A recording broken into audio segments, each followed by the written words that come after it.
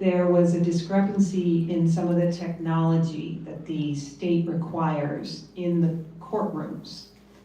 And that's where the gap is in our knowledge of what's really happening, because the state wanted to use its own vendor to put in some of this technology, but they decided to make the change when the building was almost done. And so that has been the holdup. And what I'm not sure of is it an issue where whatever the technology is the state wants, the vendor, doesn't work with what was built in the new courthouse? Or is there something else going on? And unfortunately, maybe the commissioner can give us a little insight if she happens to know, but, or if you can elaborate on if I'm explaining this to the best of my knowledge, because it seems really vague to me for it to be this long of a delay. So. Yes, good evening, everyone. Laura is right. What she's explaining to you is correct. And as a commissioner, I'm honest, and that's what I always say. I will be as honest as possible with you guys. And yes, I feel myself frustrated, and the delay and the holding off. Why, like I always say, why we just don't do what we need to do. And when the state is involved, it's another problems, because it's the state, and they feel like they have the right to do so. And as she explained herself in terms of some, technology part, they were not, I guess, done properly according to the state, and they want to put their 2 cents in, and they want to do it the way they feel like it's supposed to be done. So, and it is frustrating. I do understand that, and I wanted to feel my frustration to you guys, and I'm the only one, so, and also Commissioner O'Day, and the other commissioner, they are understanding that it's been taking too long. They are realizing that, and we're talking among ourselves, and to try to push it forward, and to do what we could do to really move this project forward, because the more we wait, the more money will cost to the city. And then the way things are right now, I don't know if we're gonna be able even to do anything, unfortunately. Oh, can you elaborate on that? In terms of the city, I cannot really say anything, because it's the city, I don't know what is, their situation right now to move forward with the project, which I think, like you say, the money is allocated already, so it shouldn't be a problem. But the more we wait, the more money is going to be, used or need to that, project. So, thank you, Commissioner. So I just want to emphasize to everyone here, if you are concerned about the funding, you have valid concerns. And please reach out to the mayor, reach out to your council people, reach out to whoever you can. Because it's not that no one wants this project, but if it continues to sort of take as long, that the funding can get, it's not like if they use it for something else, there's going to be repercussions except for us. So we do have to stay wary of that. We do have to continually push and say this is a piece of infrastructure that is needed in this neighborhood. This is not an amenity. This money should not be used to fund something else has not been, because it's been mismanaged by a previous administration or whatever the reasons. This money's been allocated for this. This project is well on its way. That building has to come down no matter what. Jersey City's agreed to pay for it. And we've been working on this for a while. There are plans. So I wish I could come in here and say I have great news. All I can tell you is that we are on top of it. We are meeting regularly. Our councilman is at this meeting, the commissioners are at this meeting, everybody knows the issue. But if it's just us kind of going to these meetings and we don't have the public backing in sort of, a little bit of like, oh my gosh, I'm a little concerned, please reassure us, it's a lot harder. So, are there any more questions? Would reaching out to Assemblywoman Brennan help at all? Yes, we're working on that now. We actually have drafted a letter to her, and I texted her today, actually. I said, can we discuss this? She is somewhat aware of the issue. I spoke with her when she was running. We do know that we need some assistance on the state level to, help us. We need more people in our corner. Anyone else? All right, I wish I had some rosy news, but it's still good. We're still in business. Oh, yes. Just one real quick note for people who are maybe less familiar, you can go to Courthouse Park. Oh, yeah. I'm so sorry. And there'll be the history and the plans and the renderings. So if anyone is interested, either online or in person, that's a good resource for you.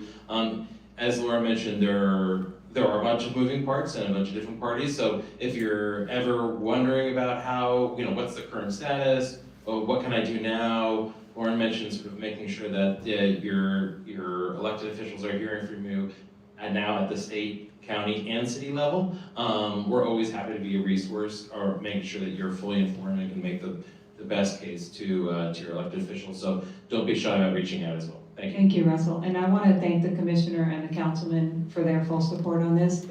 Just them being here tonight and speaking up it's half the battle, is having as many people as we can on our side. So, and we're going to get this done. It's going to happen. I've invested too much time. Too many of us have invested too much time. So we just have to keep everybody on target. So thank you.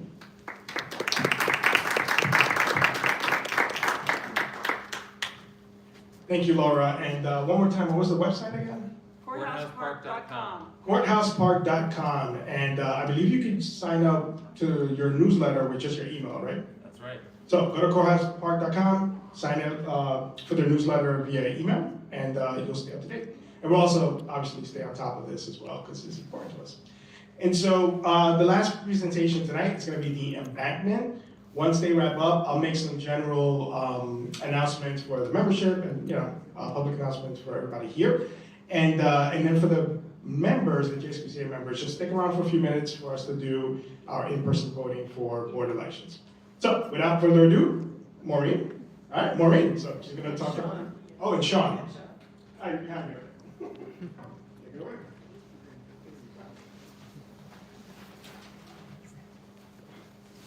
Hi, everybody. Thank you so much. Laura? Yes.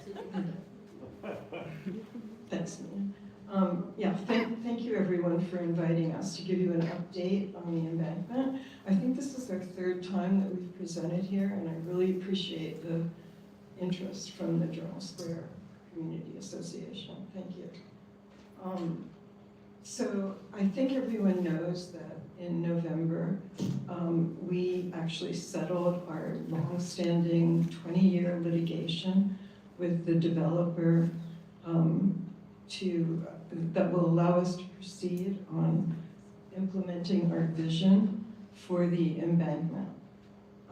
So what we've been doing lately is we've assembled an incredible volunteer design team of architects, landscape architects, designers, a scientist we've been working with for many years now, and researchers to work with the developers, the Albanese Corporation, on designs for the right-of-way on block 1 of the embankment, which is the embankment closest to the waterfront and the skyscrapers. There's going to be a tower there, 604 units, 30 of them affordable housing, with a 30-foot right-of-way through that block. And the developer is also going to develop the park on block 2, which will eventually be turned over to the city. So we want to very heavily influence what the architect is doing on the right-of-way, on the bridge, and on the park on block 2. And Sean Gallagher is the leader of our design team and who has assembled this incredible group of people to help us.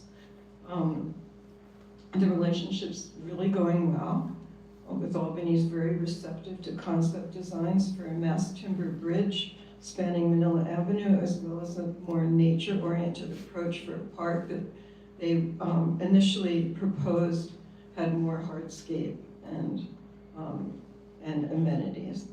And our goal is to preserve as many trees on the block as possible, given that it will also contain a playground and an outdoor classroom. We've also met with city officials, including the HEDC director, the infrastructure planners, the city architect, and the city sustainability director to move forward with fulfilling the city's obligations regarding development and the settlement. In March, or possibly early April if it's pushed out at all, we're going to have a community design session, similar to what's happened here tonight with the Bergen Arches, except the city will run it. And we're hoping, again, that people will step forward to support our vision, our ecology vision for the embankment within the constraints imposed by the litigation settlement and redevelopment plans. And Albany's, the developer, has already submitted preliminary site designs for Block 1, but dates for the Historic Preservation Commission review and the Planning Board consideration have not yet been set. We're also planning to show our concepts at a gallery in downtown Jersey City in April. The details of that have not yet been set, but we'll be letting you know about that. And so Sean's now going to show you some of our renderings. All right. She doesn't sound it, but this is super exciting. It's been 25 years. We are having the city, the developer, and the advocacy group that led this whole thing actually running and building the project, and the developers paying for the first 2 steps of it, the catalyst moment of it. This is a huge success. So I just want to thank Maureen and Steve who started this. I haven't seen this before in other cities, and just so you guys know, I'm principal at Diddler's Cafe on Renfro. We did the High Line. I'm also the person that did Crossroads and with Rahid at NJIT to start this. It's been a very long battle, and it's amazing to see other communities haven't been able to achieve something like this. So it says a lot about Jersey City residents. I'm also a longtime Jersey City resident, so there's that. All right, so what Rahid and Chris were talking about earlier was the Essex Hudson Greenway, the Bergen Arches, and now the Embankment and the Harsmith Branch coming together to not only connect to the trails that are out in the Hudson Greenway. This is the determined route for the East Coast Greenway. And if you guys don't know what the East Coast Greenway is, I know I presented about that in the past, but it's the Appalachian Trail along the coast of the United States here. And it's amazing, and this will be a path going through our city. Our city doesn't have that connection right now. Other cities do have that connection, so this would be able to create that connection. And without the Bergen Arches, I'll have to say, it won't be possible. So I'm hoping your community comes out for the Bergen Arches to make it possible. Just a real kind of quick understanding and recap from when we were here last time. This is the Embankment. It's a natural forest, as Maureen said. It's actually on the National Forest Registry as a dense and only forest in Jersey City, although I believe with Maureen, they didn't actually be able to see inside of the Bergen Arches at the time, and it's pretty amazing. So we're talking about 66 public acres, of land when you put all these things put together. I don't think, I know, at least the Journal Square community is starved for green space. Jersey City as a whole is starved for green space. 66 acres is a lot. I mean, that's a lot. And really it's there. And it's doing all the things that green spaces do for cities. We're just not acknowledging it yet, and we're not allowing people into it yet. And it'd be great to allow people back into it. And so that's really what our vision is to kind of introduce people back into this natural forest, to escape into a green place, which they don't have in the city, without destroying it. Because as we said, it is a thriving, resilient ecosystem, and we didn't plant one tree, we didn't water one flower. Like, there was no cost put into this, and it's probably the healthiest park in the city itself. So that says something. So we don't want to mess it up, is really what we're trying to say here. And if you've been up here, like you've been in the Bergen Arches, you don't realize there's a city around you any longer, and that's so important for our kids to have those type of experiences, and they don't now. So our vision is an ecological vision I've talked about in the past, and you can go to our website. We've had the domain for so long. You just type in embankment, like just the regular word, embankment.org. It'll go to our website, and you can read all about the history and other things I've presented in the past here. So let's talk about the fun stuff, what's actually happening now. So now we're getting into a vision, we're taking that vision and we're actually making it into a concept. Right now, as we talked about, it's a continuous corridor. We're going to try to bridge between the Bergen Arches and the waterfront itself. And as I said before, what's the most important thing is that we don't destroy what's up there, so we actually have to put money towards taking care of it. If we don't destroy it, it will thrive on its own. It's pretty amazing. And so we've been partnered for years now with Rutgers University and the Meadowlands Research Institute. And what we've been able to do with those collaborations is that we've been able to map every tree along the embankment and how it's been growing over time and what the actual assemblage is doing. And I've talked about this, and we're actually a little bit more specific now than last time we met, but we know exactly how many storm gallons this thing actually retains and is not flooding our city. We know how much carbon dioxide is taken out of the air. We know how much noxic oxide is taken out of the air. We know how many degrees it's actually lowering the neighborhood. One of the things that wasn't mentioned earlier about the Bergen Arches, because it's subterranean, you guys, your community can escape down there, and it'll be about an 8-degree difference down there compared to middle July or middle August. You can bring your kids down there and really kind of escape the heat. In the winter, it's actually the inverse. Although it's cold in winter, it's going to be a little bit warmer down there than everyone else because it's shaded from the winds and from the bitter colds. And like I said, it's a really healthy mix because the embankment was 30 feet above. It wasn't actually disturbed by humans or planted with other things. So we have a huge, healthy mix.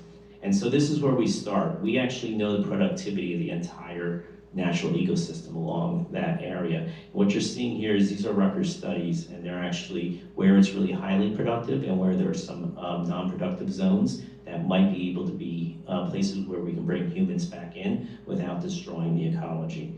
And so what we started doing was mapping those yellow zones along the embankment and try to figure out exactly if there was some sort of ways that we can connect these not unhealthy, but less productive areas and bring people through them, because we'd have to bring paths, we'd have to bring boardwalks, things that were going to disturb the natural assemblage a little bit. So we're letting nature guide us in the way that actually we're delivering a vision and a way to kind of move through this forest.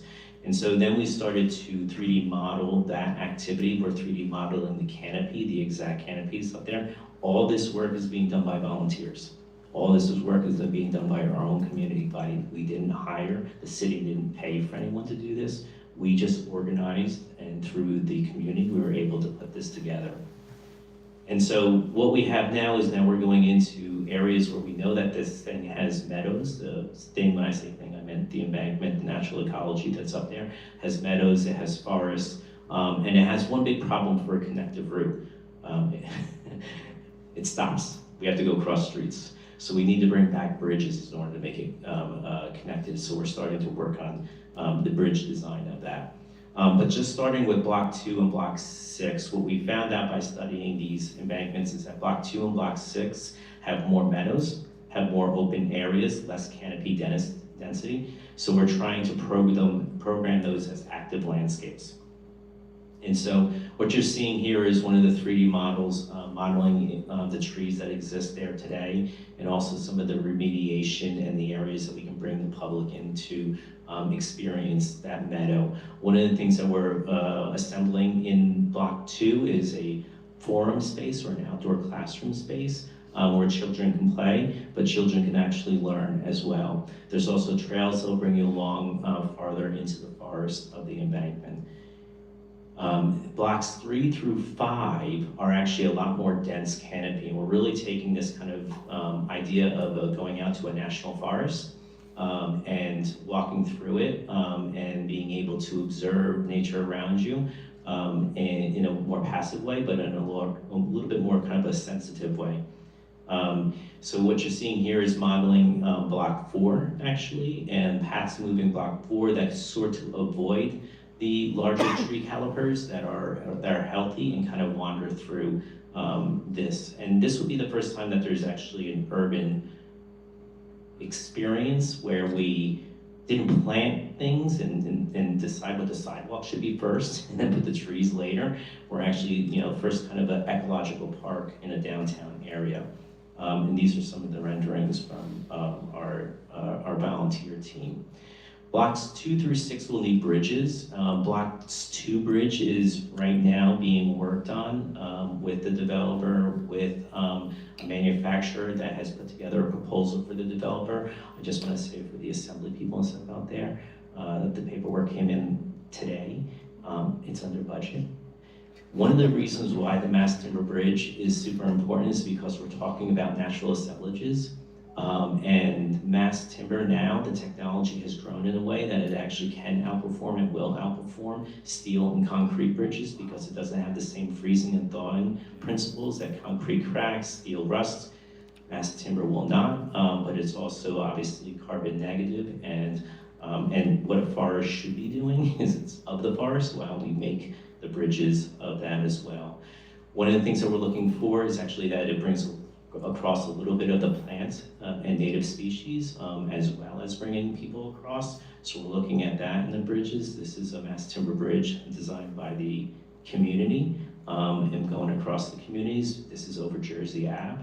One of the things we want to make sure is that it's light enough. One of the things that the old train bridges were that they were so long that it made it really dark as people were walking underneath it. We want this to feel light, we want this to feel airy, we want this to feel also natural at the same time.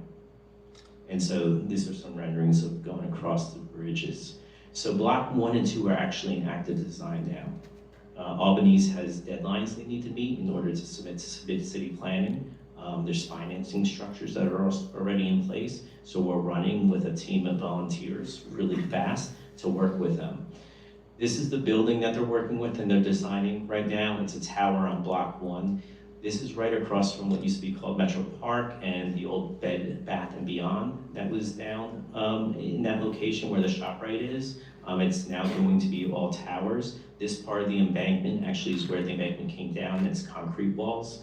So they're saving all the historic stones on the back side, and they're having the right-of-way come through in front of the building. That's 15 feet wide for us, so that the public, they're providing the grand stairs, they're providing access, elevators, bathrooms, all for free to the city and the residents. The residents are allowed, not the residents, sorry, the community members are allowed to use the bathrooms and provide access into the blocks 2 through 6 of the embankment.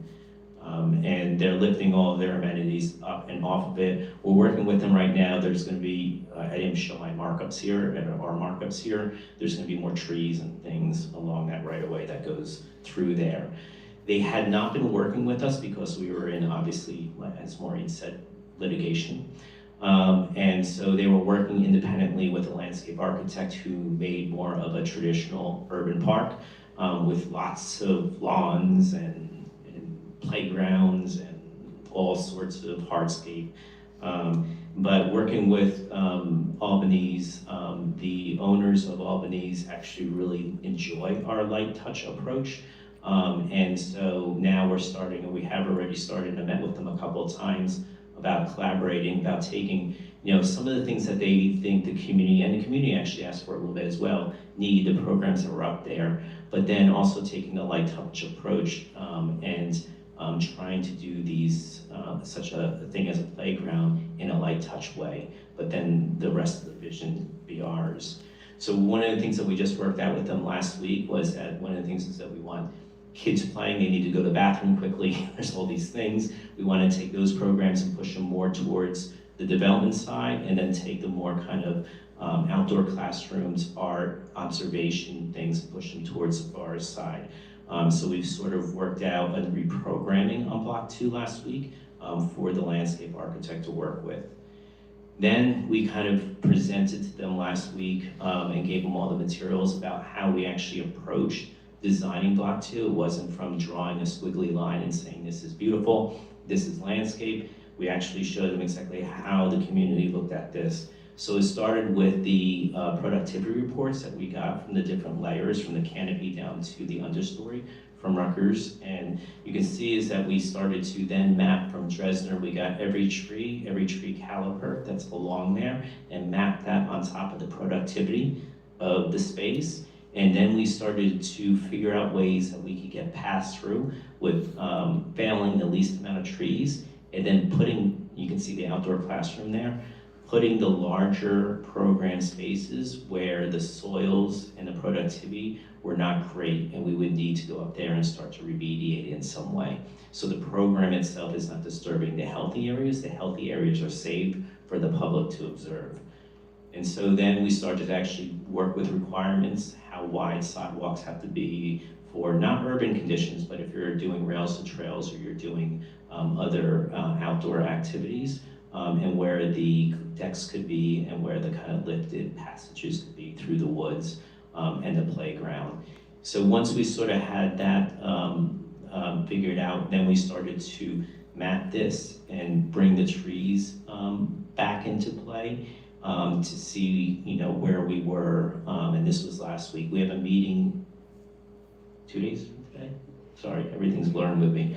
We meet with them February 11th again, where their landscape architects are going to come back and take the media that we've handed them and come back and try to see if they can do an analysis to make sure that we're meeting rules and regulations that are necessary for the park, but they are moving forward with our concept, which is really great. What the coalition is working on right now, we have a team of about 8 volunteers, some landscape architects, some signage graphic people from all different disciplines, and looking into how the components of the park should feel. So one of the things that we want this to do is to be like a national park, right? Like the great outdoors. So we're looking at very kind of small signage and signage that's natural, signage that's part of the forest, to concealed lighting, so you actually have a forest experience still, to natural ways to sit and occupy the spaces. For arts and play, we're looking at activities that are a little bit more sculptural and artistic that kids can play on, to something that's very natural that kids can play on. We have playgrounds. We don't have these types of places for kids to play yet. The city has 0, so we need some of these in our urban fabric. And then we're looking at ecological classrooms that are made with natural materials for groups of assemblies of about a class size, about 20 people, so that the children from PS5, which is right along the embankment, from a series of different schools and actually small pre-Ks that are all along the embankment, so that we can actually take the programs that are in the school now and actually incorporate them into the activities that could happen along the embankment. So I talk really fast, but that's the vision where we are right now. As I said, we're meeting, getting new information every day, so it's a very exciting time. Even from proposals from different outfits that can turnkey deliver bridges to the city. And so we hope that the embankment could help the city out in that way. Are there any quick questions from the crowd? So there was a question online regarding funding. So particularly with all of the blocks. So we know some of this is developer funded. Is the developer funding all of it? Is the city funding portions of it? Could you kind of... Blocks 1 and 2 are being developed by the developer. There's a pilot passed as part of the settlement process. And so he's responsible for the costs for the right-of-way on block 1, the 2 public bathrooms that are going to be, and this is one of our prideful points, perpetually maintained by the developer. I don't think anyone has ever made that arrangement. And block 2. So the city is going to have an easement on the row on block 1 and own block 2 and the remaining parcels. We're going to have to raise the money for the remaining parcels. So we already have work that we've done for years, actually researching grants that are available, et cetera. As you all know, we're in a very dicey situation right now with federal funding, with all kinds of funding, with the city's funding, but nothing has daunted us for 27 years, so we'll just continue.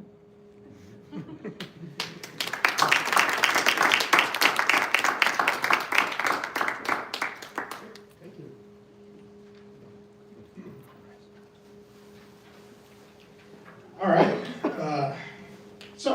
The embankment will obviously be our last presentation. I'm gonna make some quick announcements, and then for those who are current members of JSQCA, if you guys could just stick around for the board election, should only take about 10 minutes, and we'll sort of adjourn, or we'll end tonight with that. So, some quick announcements. Our next meeting is March 9th, agenda TBD, and it'll be at our usual location, 71 Sixth Avenue, the atrium. For those who are joining us online, you will, if you're a member, a current member, you can vote online by sending an email to hello@jsqca.com.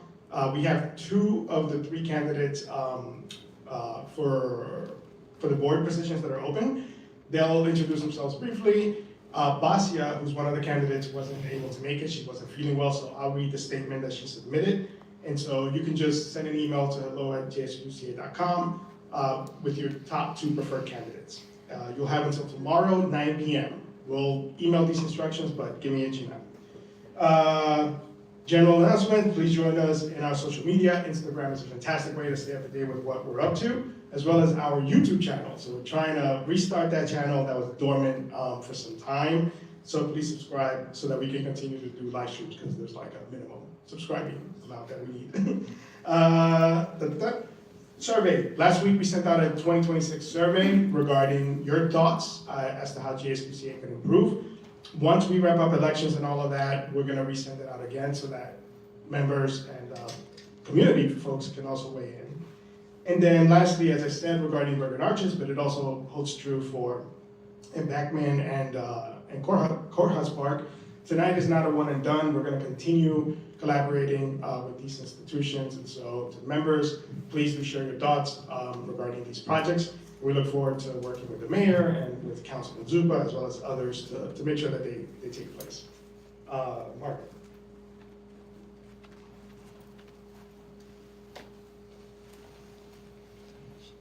Yes, yeah, I'm gonna read your statement. Yeah.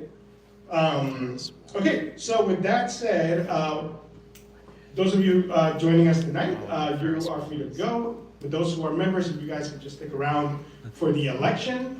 And yeah, let's continue. It's gonna be an exciting year. So we'll give like a minute for folks to wrap up. And then we'll get the candidates up to introduce themselves. Good, how you doing? Good. Like my render? Yeah. We gave a close-up. Yes, third councilman. See you. Thank you for coming.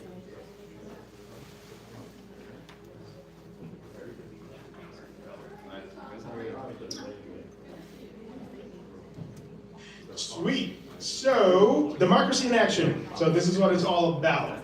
We have 2 open board seats. Chris Lamb, our current vice president, has served 6 years as an amazing board member. Unfortunately, this pesky little thing called the bylaws means that he's termed out. Term limited, I should say. And so Chris, unfortunately, has to step down from the board, so that's 1 open seat. However, he will continue to be our construction and planning committee chair. He's already busy doing amazing things in that position, so he's not going to me yet. He's not going anywhere. And then we have Adam Cohen, who has decided to run for re-election. And so for our bylaws, you can run for 2 3-year terms. So Adam will run for re-election.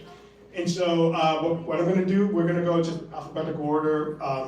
Adam, followed by Elise, and then Basia wasn't able to make it. She wasn't feeling well, so I'll read her statement. And so Adam, why don't you come up and you can read your statement or basically introduce yourself.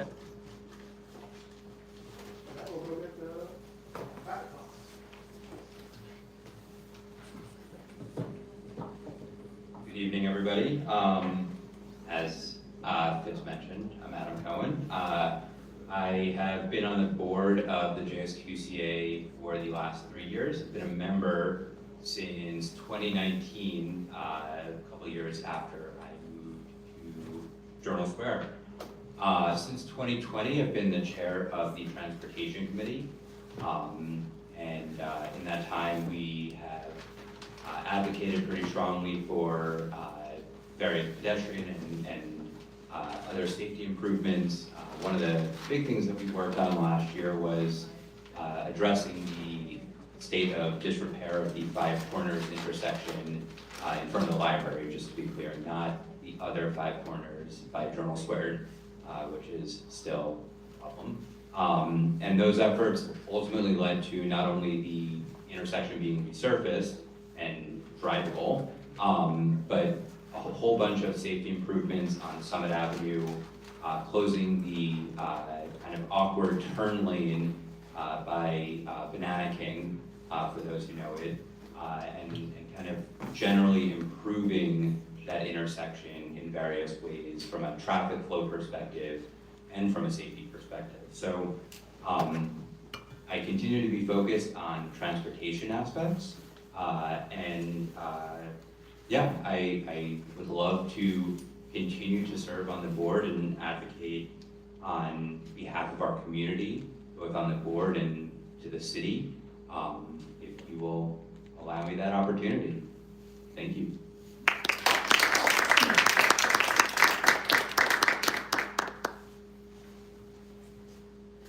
Thank you, Adam. And we have Elise Edwards, correct? Yes. Awesome. Thank you, Elise.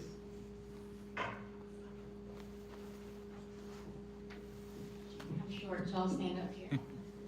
I'm Elise Edwards. I've lived in the Journal Square community for a little over a year, so I don't have as many credits because I'm a new member and a new community member. I am a teacher. I previously taught in Massachusetts, and I got my teaching certificate and my education in North Carolina. I've been involved in several small community organizations, and I'm just interested in doing more now that I live here with my family. I was a high school English teacher, and for some crazy reason now I'm in love with middle school. And so that has colored kind of my wanting to branch out. I've done more with my professional career recently, so I want to do more in the community that I live in. My partner is also a teacher, and we have an almost 2-year-old. The next time that the Journal Square Community Association meets will be her birthday. March 9th, she'll be 2. I'm just very excited to be part of this community growing with my family, and so participating as a member, even though I've only been a member for a few months, has inspired me to become a board member. So I would appreciate your help expanding and putting me on the board.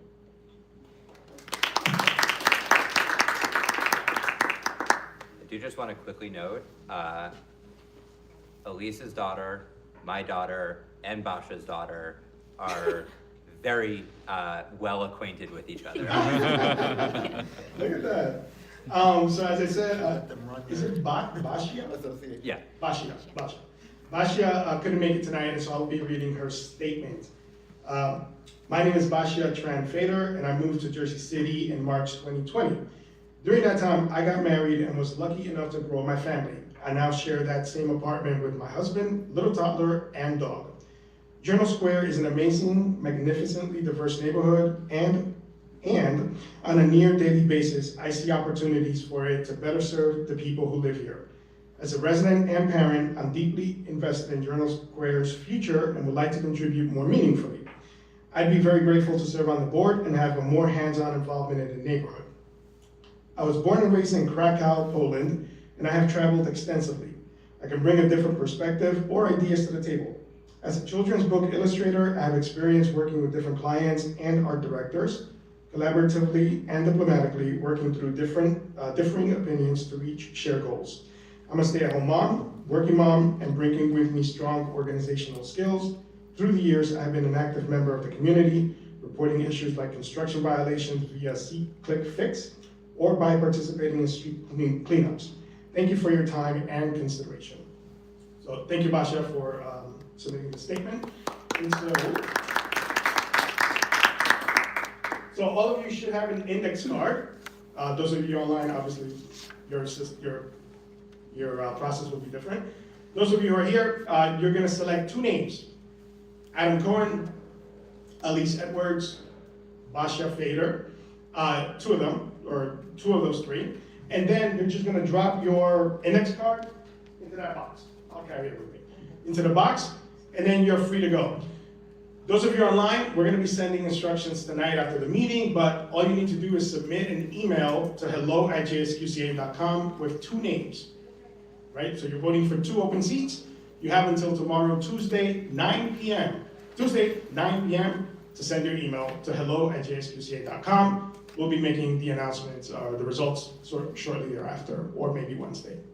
So with that said, those of you joining us online, thank you so much. You have a good night.